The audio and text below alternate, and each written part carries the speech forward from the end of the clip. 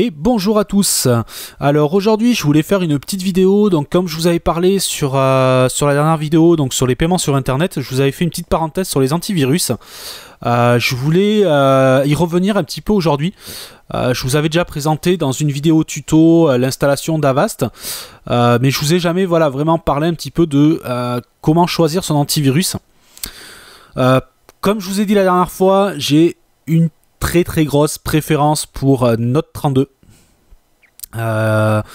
C'est vrai que j'ai tendance à le conseiller énormément.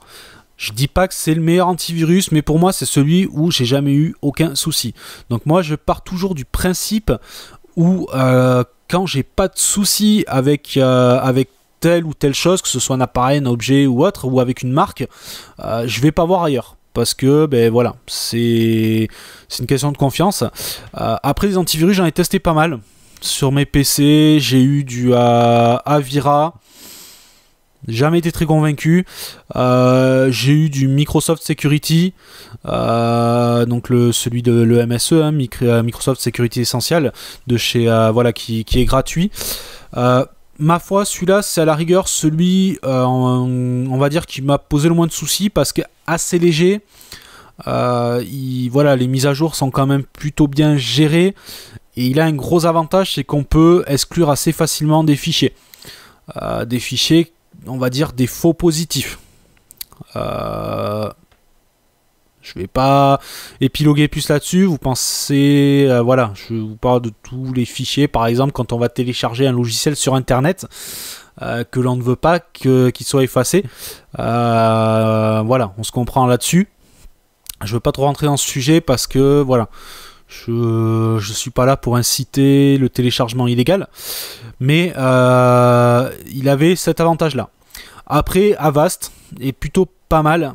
Le gros souci d'Avast, c'est que je commence à vraiment reculer maintenant de plus en plus et à moins l'utiliser, car je trouve qu'il était déjà assez lourd avant, il commence à s'alourdir de plus en plus. Ils ont rajouté trop de services. C'est un antivirus pour moi qui est, on va dire, sur le noyau, c'est toujours la même chose. On est toujours sur quelque chose qui est quand même assez efficace. Le problème, c'est tout ce qui est venu se greffer autour. Il y a trop d'agents. Vous avez beau même en désinstaller, vous allez avoir toujours des suggestions. En plus, dans la version gratuite, vous pouvez pas forcément désactiver tous les pop-up. Donc pour moi, je commence à le trouver moyen. Après, dans les payants, on va avoir toujours à peu près les mêmes qui se battent entre eux. Celui qu'on voit le plus souvent, ça reste Norton, parce qu'il était... c'est un peu moins le cas, mais avant, il était souvent préinstallé sur les PC quand on les achetait. Après, vous avez McAfee, pas un grand fan non plus. Et vous avez après, pour moi, un peu ceux qui se tapent un peu la bourre entre eux, c'est Kaspersky et Note 32. Donc entre Kaspersky et Note 32, là par contre, je vais pas forcément parler d'efficacité, même si, à mon avis, et ça reste mon simple avis, pour moi Note 32 est un petit peu plus performant. Mais Kaspersky, est plutôt pas mal aussi. Les deux disposent d'outils qu'on peut graver sur Live CD qui sont plutôt pas mal. Mais bon, je sais que j'ai souvent eu sur certains virus, par exemple des ransomware, donc vous savez les virus en fait que vous recevez et qui vous cryptent tous vos fichiers, qui vous demandent une rançon pour les récupérer. Je sais que je m'en suis toujours sorti avec Note 32 et qu'en passant le nettoyage Kaspersky, c'était pas forcément ça fonctionnait pas à chaque fois. Donc c'est comme ça que j'ai acquis quand même une meilleure confiance. J'ai tendance à avoir l'impression que en repassant derrière d'autres antivirus, Node arrive quand même à avoir du résultat. Donc j'ai tendance à penser que c'est celui qui fonctionne le mieux. En plus, il a des analyses de clés USB, il a pas mal de fonctionnalités. Le prix reste franchement raisonnable. Je ne veux pas vous dire de bêtises, j'ai pas regardé les tarifs ces derniers temps, mais je crois qu'on tourne à une trentaine d'euros, je crois, par an. Et si vous signez pour 3 ans d'un coup, ils vous font une grosse réduction par an. Donc ça, c'est plutôt pas mal. Surtout que, alors je sais pas si c'est toujours le cas, je sais qu'avant, quand on achetait pour un poste, il me semble qu'on pouvait un petit peu multiplier on peut aller jusqu'à 3 postes, je crois, quelque chose comme ça. Il me semble qu'ils ont c'est plus vraiment le cas. Maintenant ils ont des campagnes où justement de temps en temps ils vous disent attention, on a détecté votre licence sur plusieurs PC. Mais après vous avez des licences pour 3 postes aussi, enfin, c'est quelque chose, c'est assez souple. En tarif ils sont vraiment corrects, quand on voit par exemple par rapport à du Norton ou autre, je trouve qu'ils sont vraiment corrects. Et c'est un antivirus qui tourne vraiment pas mal. En plus sur Note 32 vous avez une fonctionnalité que je vous conseille très très fortement d'activer à l'installation, c'est le Live Grid en fait, qui vous permet d'envoyer en temps réel quand vous avez un virus qui est non répertorié sur les bases de Node, automatiquement il est envoyé, c'est un genre de réseau communautaire afin de pouvoir plus facilement agrémenter donc la base de l'antivirus. Donc ça je trouve ça vraiment pas mal, ça leur permet d'avoir une bien meilleure réactivité, c'est à dire qu'ils vont pas attendre forcément de eux rajouter, dès qu'il y a un signalement ça va être bazardé via le Live Grid. Donc ça je trouve que c'est une fonctionnalité qui est vraiment sympa sur Note 32, donc c'est pour ça que j'ai tendance à le conseiller. Après voilà, bon, c'est quelque chose, je voulais faire le point dessus parce que comme je vous ai dit dans l'autre vidéo sur donc les paiements par internet, on parle des sites, on parle du risque de commander sur internet. Il faut savoir que le risque peut aussi venir de chez vous et il ne faut pas négliger l'antivirus. Bon, même si aujourd'hui plus ou moins tout le monde est sensibilisé à ça, je connais vraiment très peu de personnes tournant sur Windows et n'ayant aucun antivirus, c'est plutôt rare.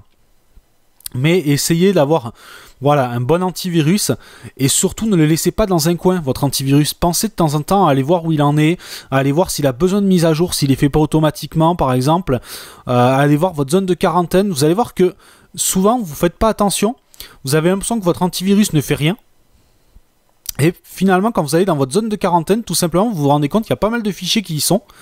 Et c'est là que vous voyez l'efficacité de votre antivirus sans forcément vous en rendre compte. Donc ça c'est... Voilà. Ne le laissez pas dans un coin, pensez toujours à aller voir un petit peu où ça en est. Mais ne négligez pas l'antivirus, c'est vraiment... Autant maintenant les sites sont de plus en plus sécurisés, autant les failles maintenant viennent de plus en plus de l'utilisateur. Parce que voilà, on a tendance à laisser tomber, on va se dire c'est un peu plus dur maintenant sur les sites d'aller faire quoi que ce soit. On va aller voir du côté utilisateur, surtout qu'aujourd'hui, ça vous en recevez tous, des mails, on va dire, plus que douteux, vous en recevez énormément. Il faut savoir que les ransomware étaient sur des mails souvent qui étaient en plus assez trompeurs, parce que souvent ça tombait au même moment. Par exemple, je sais qu'on avait un client qui s'était fait avoir avec un mail pour des billets d'avion et qui justement avait pris des billets d'avion la veille. Donc à aucun moment il s'en est douté, il a ouvert, il a cliqué. Il faut savoir qu'ils ont tendance à utiliser un peu des mails de un petit peu de vos habitudes. C'est un peu comme toutes les personnes qui reçoivent des faux mails PayPal. Souvent quand vous recevez un faux mail PayPal, c'est que vous avez un compte PayPal. C'est quand même ciblé, donc vous avez tendance à vite vous faire avoir. Comme malheureusement, bon, avec l'habitude, on peut faire attention aux mails qu'on reçoit. Souvent, ça se détecte, on va dire, entre guillemets, assez facilement quand c'est un mail qui est un peu douteux.